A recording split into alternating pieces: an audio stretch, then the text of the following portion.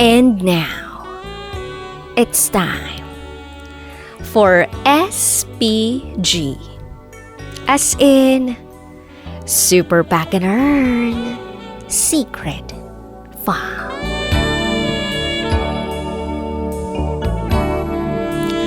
Walang lumalabas. Paano na to? Itago nyo na lang ako sa pangalang Mika. At ito, ang aking SPG.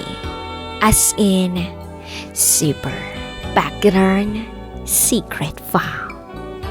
Ito na nga, sisimulan ko ang kwento ko nung mag-apply kami sa isang kumpanya sa Batangas. Total, nandun naman kasi nagtatrabahong kakilala ng tita ko, so may backup kami. Kinabukasan noon, tinawagan kami ng agency dahil nakapasa kami sa interview. At ayun na nga, sobrang saya kasi first job namin to. Graduating kami ng senior high school, kaya first job namin ito ng mga kaibigan ko. Ayun na nga, papunta kami ng Lipa, Batangas para sa requirements. Kaya lang ni isa doon wala pa kami. Bumungad sa amin ng crosswise na papel at nandoon ang mga listahan ng mga kailangan naming makumpletong requirement. In 3 days dapat okay na kami, kumpleto na, kasama na ron ang medical.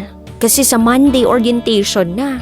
Kaya, ayun, hala, sige, nag-asikaso kami ng requirements namin. Shoot, ang hirap mag-asikaso ng requirement. Halos hindi kami makakain sa tanghalian. Halos hagardo versosa na kami. Wala nang pulbo-pulbo, makumpleto lang ang requirements. Lumipas ang araw at ayun, gabi na kaming nakauwi sa aming mga bahay. Pagdating sa bahay, bagsak na bagsak ang aming mga katawan. Sa Laguna pa kasi kami nakatira. So kinabukasan, ganun pa rin. Dahil pinababalik kami sa agency, pumunta kami doon. At dahil may mahalagang sasabihin daw sa amin. Nung nandoon kami, sabi sa amin, bago daw kami pumunta sa clinic, dapat may dala raw kaming Gerbox. Gerbox kasi kailangan nga. Nga kaming tatlo. At dahil first time naming makarinig ng ganun, kami ng tawa. Hindi kasi namin nakalain na totoo pala yun. Kala namin hindi totoo na magdadala ng Gerbox kasi ini-imagine ko saan ako yung Gerbox? Paano ko dadalhin yun? Ew! Ganun. Ayun, napagtanto namin na kailangan pala talaga ng Gerbox sa medical. So, bago kami umuwi sa aming bahay-bahayan, bumaba muna kami sa palengke para kumain ng street food. Kasi yun na lang yung perang kakasya dun sa panggastos namin. Ubus na talaga yun, yung pera namin. Kaya ayun, Betamax, yun ang kinain namin. Pagdating sa bahay, nakaramdam ako ng para bang maji-Gerbox na ako. Naalala ko sinabi ng agency namin na kailangan daw ng Gerbox at bukas na rin yun. Kaya nung nasa banyo na ako, kinuha ko na yung lalagyan at tcharan! Paglabas ng aking Gerbox, nakita ko, kulay itim. Kulay itim! Oh my gulay! Shoot! Dahil ata ito sa kinain kong Betamax, so I decided na wag na lang kunin ang mahiwagang Gerbox. Sa umaga na lang ako Gerbox at pipilitin ko. So, umaga na, madaling araw yon. Nakaligo na ako pero wala pa rin akong maramdaman na para bang ako'y nadya-Gerbox. So, paano na kaya ito? Bumiyahe na kami papuntang clinic, di na kami dumiretso sa agency namin kasi hindi niya naman kailangan dun ng Gerboxing. Ang may kailangan ay yung clinic para sa document namin. Malamang. So, ayun na nga. Mahaba ang pila. Di maghihintay kami. Tapos ayun na nga, tinanong na kami, nasa na daw yung Gerbox namin. So ayun, nagkatanungan na kaming tatlo tungkol sa Gerbox. Si Lala, siya lang yung merong dala. Ako, tsaka si Sasa, Wala kaming dalang mga Gerbox. Sabi sa amin ng nurse, until 3 p.m. dapat may Gerbox nang naipasa. So, medyo mahaba-haba pa naman ang oras, edi may chance kaming maka-Gerbox ni Sasa. Ang ginawa namin, humanap kami ng kantin na malapit.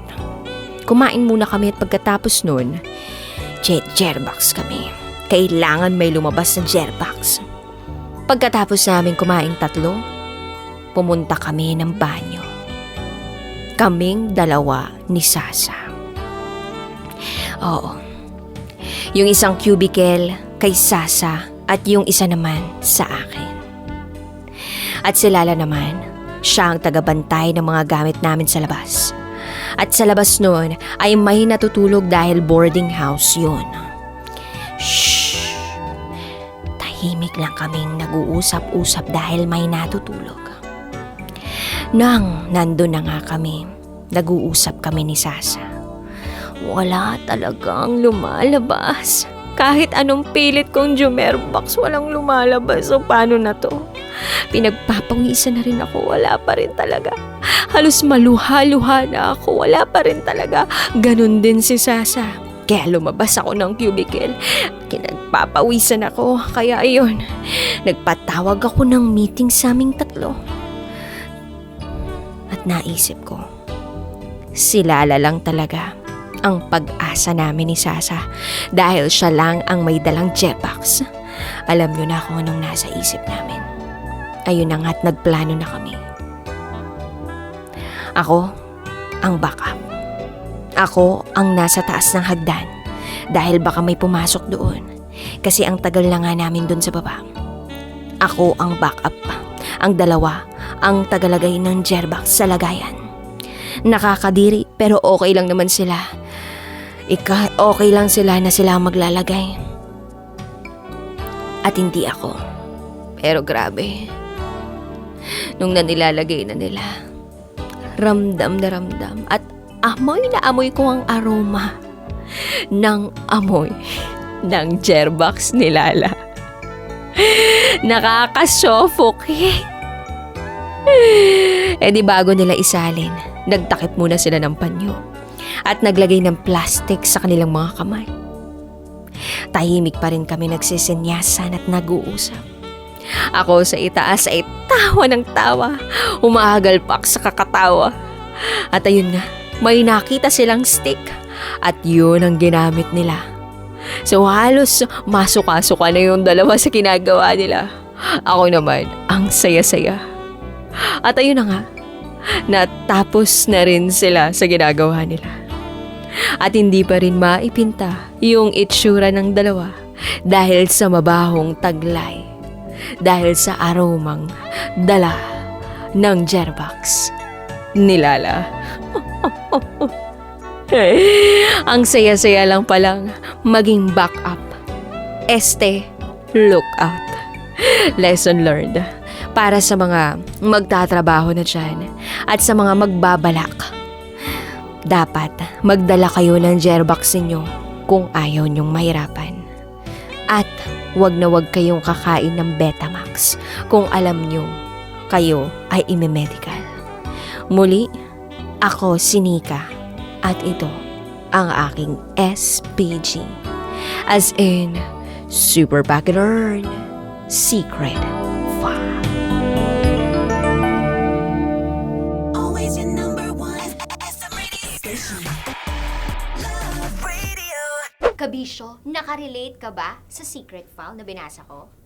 Kung nakarelate ka, mag-subscribe ka na dito sa aming YouTube channel at pindutin mo na rin ang notification bell para updated ka sa mga susunod na episodes ng DJ Rocky Secret File.